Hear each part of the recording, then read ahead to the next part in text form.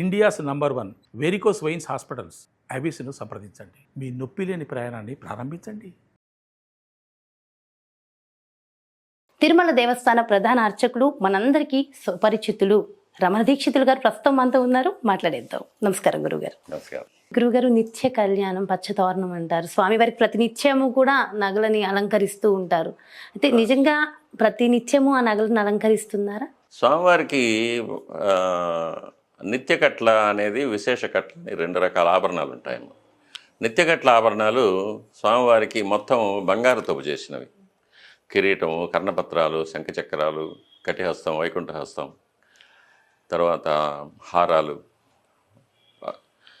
అష్టోత్తర హారం, చతుర్భుజ లక్ష్మీ హారం, తులసీపత్ర హారం, సహస్రనామ హారం, సాలగ్రామ హారాలు, అందెలు, తర్వాత కంకణాలు, ఇవన్నీ కూడా బంగారుతో చేసినవి. సాలిడ్ అంటే నవరత్నాలు తక్కువగా ఉంటాయి. ఇవి మనం నిత్య కట్ల అంటాం. అంటే మనం శుక్రవారం నాడు స్వామివారికి అభిషేకం తర్వాత అలంకారం చేస్తాం. ఆ వచ్చే వారం లోపల ఏదైనా పండుగ, ఏదైనా ఆస్థానం, లేక ఏదైనా ఉత్సవం ఉంటే స్వామివారికి విశేష తిరువాభరణం లేకపోతే నిత్యగట్ల తిరువాభరణం డిసైడ్ చేస్తాం. కాబట్టి ఏది లేనప్పుడు స్వామివారికి నిత్యగట్లు ఉంటుంది. ఏదైనా విశేషం ఉంటే రత్నాలు చెక్కిన కిరీటం, రత్నాల కర్ణపత్రాలు, రత్నాల కటిహస్తం, వైకుంఠహస్తం, శంకుచక్రాలు, మకరకంటి, స్వర్ణ పీతాంబరం, బంగారు పీతాంబరం, ఇవన్నీ కూడా స్వామివారికి అలంకారం చేస్తామన్నమాట. మిగిలినవన్నీ స్వామివారికి మామూలుగా ఈ మిగిలిన బంగారు నగలన్నీ కూడా స్వామివారికి అట్లాగే ఉంటాయి. ఇవి మాత్రం ఈ కవచాలు మట్టుకు మారుతుంటాయి. కాబట్టి స్వామివారు ఎప్పుడూ పూర్తిగా నగలు సమర్పించుకునే ఉంటారు, ఒక్క గురువారం తప్ప. ఒక్క గురువారం తప్ప. అయితే ఆ గురువారం విశిష్టత ఏంటి అంటే 7 రోజుల్లో 6 రోజులేమో నేత్ర దర్శనం లేకుండా ఉంటుంది, ఒక్క రోజే నేత్ర దర్శనం ఉంటుందంట గురువుగారు. శుక్రవారం నాడు అభిషేకం జరుగుతుంది. స్వామివారికి నగలు తీయడానికి కానీ పెట్టడానికి కానీ 1 గంట సేపు పడుతుంది. అందువల్ల శుక్రవారం జరిగే అభిషేకం కోసం గురువారం నాడే నగలన్నీ తీసివేస్తాం. నగలన్నీ తీసివేసి స్వామివారి ముఖంలో ఉండే పచ్చకర్పూర నామం ఇరువైపులా కొద్దిగా తొలగించి స్వామివారి యొక్క నేత్ర కమలాలు కనిపించేటట్టుగా పెడతాం. అది నేత్ర దర్శనం. ఇక నగలేవి లేకుండా స్వామివారు పట్టు పంచ, పట్టు ఉత్తరీయం ధరించుంటారు. మెడలో స్వామివారి యొక్క మహాలక్ష్మి యొక్క సదా సమర్పణ అంటారు. శ్రీవత్సం అనేది మహాలక్ష్మి యొక్క డాలర్ ఒకటి ఉంటుంది. ఇవి తప్ప ఇంకా స్వామివారి ఇంకేమి కాదు. గురువారం రోజు ఆ రోజు చాలా స్పెషల్. ఆ రోజు దర్శించుకున్న వాళ్ళకి ఇంకా చాలా బాగుంటుంది అంటారు గురుగారు. అక్కడున్న వాళ్ళు కూడా, బయట సేల్స్ చేసే వాళ్ళు కూడా ఆ రోజు ఖచ్చితంగా అబద్ధాలు ఆడకుండా ఉంటారు అనేది కూడా ఒక నానుడి ఉంది. అంటే మిగిలిన రోజుల్లో అబద్ధాలు ఆడినా స్వామివారు వినరనా? మూర్ఖత్వం, అజ్ఞానం అంతే. అంతేగాని అంతలో నిజమేం లేదు. పోనీ ఏదో ఒకరోజైనా భయపడుతున్నారని మనం సంతోషపడాలి. పునుగు పిల్లికి సంబంధించిన తైలం ఒకటి రాస్తారు ఖచ్చితంగా. దాని గురించి కూడా ఒక స్టోరీ ఉందంట కదా గురుగారు? స్టోరీ ఏం లేదమ్మా, అది ఆగమ శాస్త్ర ప్రకారంగా జరిగేది. స్వామివారు విగ్రహం వచ్చి సాలగ్రామ శిలాబేరం అంటారు. అది మామూలుగా మనం రాతి విగ్రహం కాదు, సాలగ్రామ శిలాబేరం. ఆ సాలగ్రామ శిలాబేరానికి పుష్టినివ్వడానికి పునుగు తైలం పూస్తాం. పునుగు పిల్లిని ఏం చేస్తారంటే దాని గూట్లో ఒక గంధపు చెక్క ఒకటి నాటేసి దానికి దారం కట్టి ఉంచుతారు. మెడకి దారం కట్టి దాని చుట్టూ తిరుగుతూ ఉంటుంది. దానికి ఒళ్ళు దురద పెట్టినప్పుడు ఆ గంధపు చెక్క మీద ఒళ్ళు రుద్దుకుంటుంది. అప్పుడు దాని దేహంలో నుంచి వెలువడే ఒక విధమైన సుగంధ ద్రవ్యం ఆ గంధపు చెక్క మీద పొడి పొడిగా వస్తుందన్నమాట. దాన్ని తీస్తారు. దాన్ని తీసి మంచి నూనె, నువ్వుల నూనె వేడి చేసి అందులో ఇది కలుపుతారు. అది పునుగు తైలం అంటారు దాన్ని పునుగు తైలాన్ని స్వామివారికి సమర్పణ చేస్తారు.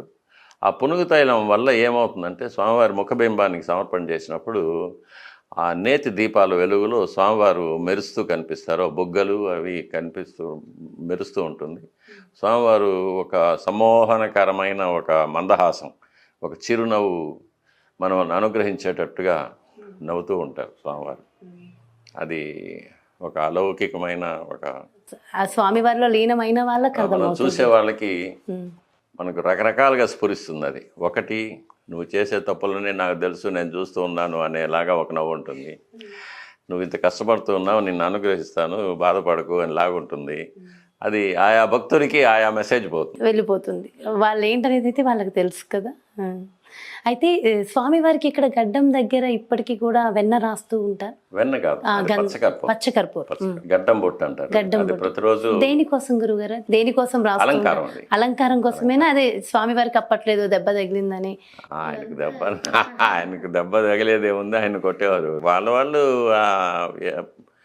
వచ్చినది వాళ్ళు ఏర్పరచుకున్న కథనాలు అవన్నీ. గురువుగారు ఇక్కడ అన్నిటికన్నా ఒక ముఖ్యమైన విషయం ఏంటంటే ఏదైనా మనం ఒక దేవాలయానికి వెళ్ళినప్పుడు చక్కగా స్నానం చేసుకుని శుభ్రంగా ఆలయానికి వెళ్తాం. మన ఇంట్లో కూడా దీపారాధన చేయాలన్నా అలానే దీపం పెడతాం. అంత శుభ్రం మనం పాటించి వెళ్తాం. అలాంటిది ఇప్పుడు తిరుమల దేవస్థానానికి రావాలన్నప్పుడు 24 గంటల దర్శనం, 48 గంటల దర్శనం. సో అదే దారిలో అక్కడే వాళ్ళు అన్ని రకాల కార్యక్రమాలు నడిపించుకుంటూ మరి వెళ్ళి స్వామివారిని దర్శించుకున్నప్పుడు మరి అంటూ ముట్టు ఉండవంటారా? అది మనమే చేసుకున్న తప్పమ్మా. అది ఏదో సంవత్సరంలో ఒకసారి వచ్చి స్వామివారిని దర్శించుకొని ఆయన అనుగ్రహం తీసుకొని పోవచ్చు అనుకుంటే బాగానే ఉండేది. కానీ ప్రతిసారి ఇప్పుడు ఎట్లా అయిపోయిందంటే తిరుమలలో దర్శనం అనేది ఒక స్టేటస్ సింబల్ లాగా అయిపోయింది. మా అధికారాన్ని చూపించుకోవసరం, మా దర్పం చూపించుకోవసరం, అందుకోసం స్వామివారి దగ్గర రావడము, నాకు విఐపి దర్శనమే కావాలనడం, నేను ఇంతసేపు స్వామివారి దగ్గర నిలుచుకున్నానని బయట వచ్చి గొప్పలు చెప్పుకోవడం, ఇవన్నీ సామాన్య మానవుల యొక్క అజ్ఞానాన్ని సూచిస్తాం. ఒక మహానుభావుడు చెప్పినట్టు మనం స్వామివారిని చూడడం కాదు, స్వామివారు మనల్ని చూడాలి అని. కాబట్టి ఇవన్నీ కూడా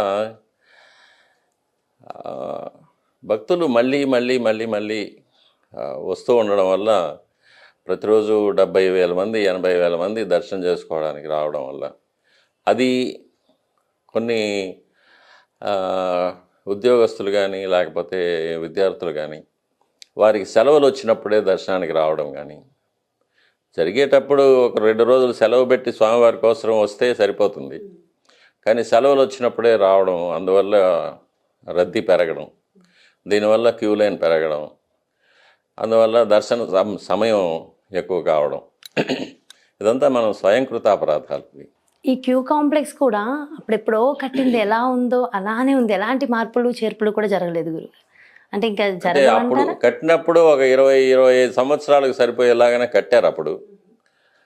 కానీ ఇప్పుడు 25 సంవత్సరాలు అయిపోయాయి, ఇప్పుడు ఇంకా మళ్ళీ పెద్దవి కట్టాలి. అండ్ అసలు స్వామివారిని ఒక గంటలో దర్శించుకుని బయటకు వెళ్ళిపోయే భాగ్యం అందరికీ దక్కుతుందంటారు. కొన్ని ఆర్జిత సేవలకు వెళ్ళిన వాళ్ళు కట్టుకోవచ్చు, ప్రతి ఒక్క భక్తులకి సుప్రభాతము, తోమాల సేవ, అర్చన, అలాంటివి, అభిషేకం, ఇవన్నీ కూడా భక్తులకు, సామాన్య భక్తులకు అందుబాటులో లేకుండా వెళ్ళిపోయాయి. దీనికి ధనవంతులు లేక అధికారం ఉన్నవాళ్ళు, ప్రాపకం ఉన్నవాళ్ళు, వాళ్ళకి మాత్రమే దొరికే ఒక దురదృష్టకరమైన పరిస్థితి ఏర్పడింది. అయితే దేవుడికి అందరూ ఒకటే అంటారు కదా, ధనవంతులు లేదు, డబ్బున్న వాళ్ళని లేదు, దేవుడికి అందరూ ఒకటే. కానీ మనలో మనకు లేదు కదా. నా దగ్గర డబ్బులు ఉన్నాయి, నేను పెద్ద టికెట్ కొనుక్కొని వెళ్తాను అనేవాళ్ళు ఉంటారు. నా దగ్గర డబ్బులు లేకపోతే నేను క్యూలోనే వెళ్తాను. అయితే భక్తులు కూడా ఇంత ఇబ్బందులు పడుతూ కూడా అంత క్యూ లైన్లలో అన్నన్ని గంటల నుంచి కూడా స్వామిని చూసేసరికి ఒక్క నిమిషం మళ్ళీ వచ్చేస్తూనే ఉంటారు. దానికి కారణం ఏమై ఉంటుందంటారు గురుగారు? అది స్వామివారి గర్భాలయంలో ఉన్న ఒక విశేషం. అది అక్కడ కొన్ని వేల సంవత్సరాల ముందు ప్రతిష్ఠించబడిన నేను చెప్పినట్టు ఆవరణ దేవతలు, ద్వారపాలకులు, వీళ్ళందరి యొక్క దివ్యమైన శక్తి వలయాలు ఏర్పడి ఉంటాయి. ఆ శక్తి వలయాల్లో వెళ్ళినప్పుడు భక్తులకి ఒక విధమైన సమ్మోహనం కలుగుతుంది. స్వామివారిని చూడగానే అసలు వీరు అడగాలి అనుకుని వచ్చిన కోరికలన్నింటినీ కూడా మర్చిపోతూ ఉంటారు. అలా చూస్తూ ఉండిపోతారు. వాళ్ళని తోసినా లాగినా అవన్నీ కూడా అసలు వాళ్ళకి శరీరం పైన స్పృహే ఉండదు. బయట వచ్చే వరకు కూడా ఆ ట్రాన్స్లోనే ఉంటారు వాళ్ళు. అది స్వామివారి యొక్క మహత్యం. అయితే ఈ తోయడం, లాగడం, చేయడం అదంతా కాస్త ఇబ్బందికర వాతావరణమే. ఆడవాళ్ళని దోసినప్పటికీ, మగవాళ్ళని దోసినప్పటికీ చాలా ఇబ్బందికర వాతావరణం. ఇలాంటివన్నీ మారవంటారా? అది పరిస్థితుల్లో దాని గురించి నేనేం చెప్పలేను. అది అధికారులకు సంబంధపడిన విషయము. అయితే స్త్రీలు గురువుగారు ముఖ్యంగా 24 గంటల ఈ దర్శనంలో ఉన్నప్పుడు స్త్రీలకు అనేక రకాల ఇబ్బందులు వచ్చే అవకాశం ఉంటుంది. తెలియదు కూడా ఎప్పుడు వస్తుందో. మరి అలాంటప్పుడు అటు ముందుకు వెళ్ళలేరు, ఇటు వెనక్కి రాలేరు. అలాంటప్పుడు ఏం చేయాలంటారు? ఏదైనా ఇబ్బందికర వాతావరణం ఏర్పడినట్టు బయటకు వెళ్ళిపోవాలి. దానికి సంబంధించి ఆలయంలో శుద్ధి లాంటివి ఏమైనా ఉంటాయి? ఏం లేదు, బయటకు వెళ్ళిపోవడమే. ఆగమశాస్త్రం ఒప్పుకోదు వాళ్ళలో ఆలయ ప్రవేశం వాళ్ళకి. అంటే అక్కడ చెప్తే పర్మిషన్ ఇచ్చి బయటకు పంపించేస్తూ ఉంటారు. సో చాలా చాలా సంతోషంగా ఉంది గురుగారు, మీతో ఇన్ని విషయాలు ఎంత చక్కగా మాట్లాడడం చాలా చాలా ఆనందంగా ఉంది. Thank you so much. మీ విలువైన సమయాన్ని మా కోసం వెచ్చించి చక్కగా మా వ్యూవర్స్ కోసం, మన ప్రేక్షకులందరి కోసం ప్రతి ప్రశ్నకి ఎంతో చక్కగా సమాధానం చెప్పారు. ఎన్నెన్నో రెమెడీస్ కూడా అందించారు. స్వామివారి మహత్యాన్ని తెలియజేశారు. Thank you so much. కోటి కోటి ధన్యవాదాలు గురుగారు. నమస్కారం. నమస్కారం. చూసారు కదండి, నిజంగా చాలా చాలా సంతోషంగా ఉంది. ఈరోజు మన రమణ్ దీక్షితులు గురువు గారితో చక్కగా స్వామివారికి సంబంధించిన ఎన్నో విషయ పరిజ్ఞానాన్ని తెలుసుకున్నాము. చక్కటి రెమెడీలను కూడా మరి గురువుగారు మనందరి కోసం అందించారు కదా. ఖచ్చితంగా స్వామివారి విషయాలను తెలుసుకున్న మనందరం కూడా ధన్యులం. మరో చక్కటి ప్రత్యేకమైన కార్యక్రమంతో మళ్ళీ మీ ముందుకు వచ్చేస్తాను. నమస్కారం.